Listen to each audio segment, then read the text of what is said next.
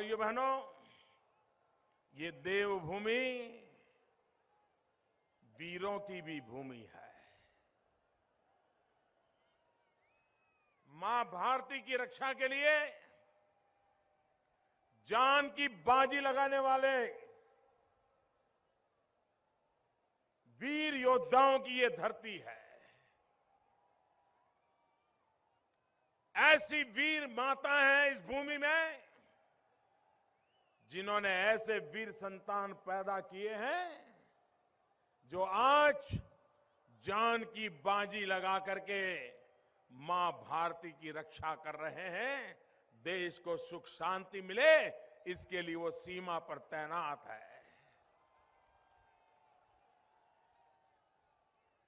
लेकिन भाइयों बहनों, आज मेरे फौज का सीना तन जाए, मेरे देश के वैज्ञानिकों का सीना तन जाए, मेरे देश के 125 करोड़ देशवासियों का सीना तन जाए, गर्व से माथा ऊंचा हो जाए, ऐसी एक महान सिद्धि आज हमारे देश ने प्राप्त की है। आप देखते होंगे, खबरें जानते होंगे, फलाने देश ने मिसाइल बनाई, ये मिसाइल 5000 किलोमीटर दूर जाकर के वार करेगी। फलाने देश ने मिसाइल बनाई 8000 किलोमीटर जाकर के वार करेगी।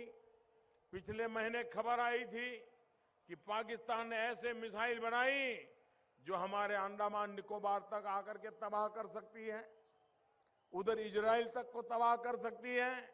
ऐसी खबरें आई थी।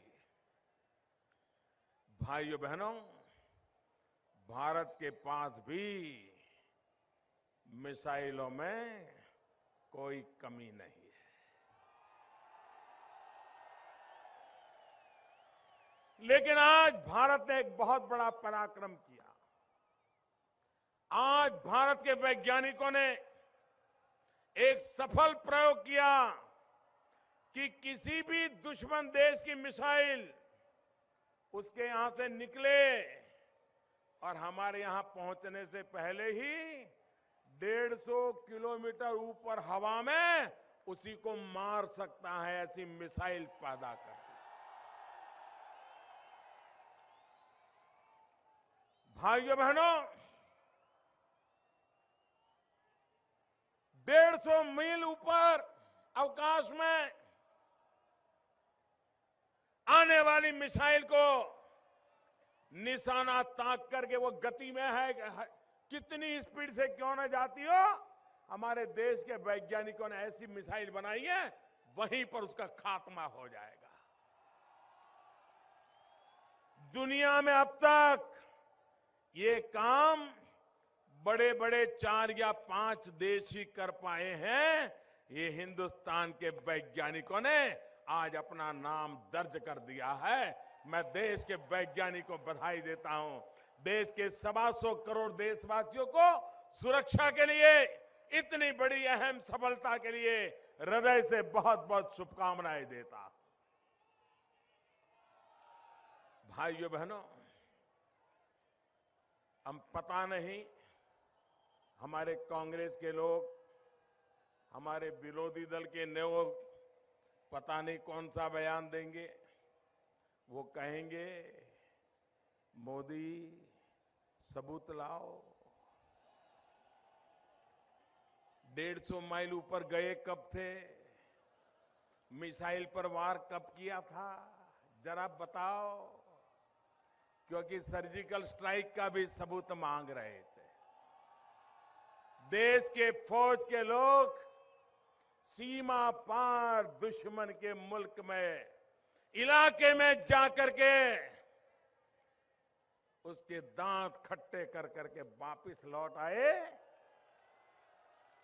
अभी तक दुश्मनों को होश नहीं आ रहा है कि ये कैसे हुआ। पूरी दुनिया चर्चा कर रही है कि भारत की फौज में ये ताकत है, लेकिन भाइयों बहनों, हमारे देश की राजनीति इतनी नीचे गिर गई कि देश के कुछ राजनीतिक दल, कुछ राजनेता ये पूछने लगे कि जरा सर्जिकल स्ट्राइक का सबूत दो, सबूत। मुझे बताइए, ये देश के जवानों का अपमान है कि नहीं है? देश की सेना का अपमान है कि नहीं है? देश के सामर्थ्य का अपमान है कि नहीं है? देश के विश्वास का अपमान है कि नहीं है? देश की संकल्प शक्ति का अपमान है कि नहीं है? भाइयों बहनों, क्या ऐसे लोगों को ये देवभूमि में अभी भी मौका दिया जाएगा क्या? दिया जाएगा क्या? उनके पापों का हिसाब लेने का वक्त आ चुका है भाइयों। और इसलिए मैं आपसे आग्रह करने आया हूं कि इस बार उत्तराखंड में ऐसा परिणाम दीजिए जो उत्तराखंड के भविष्य को निर्धारित कर दे।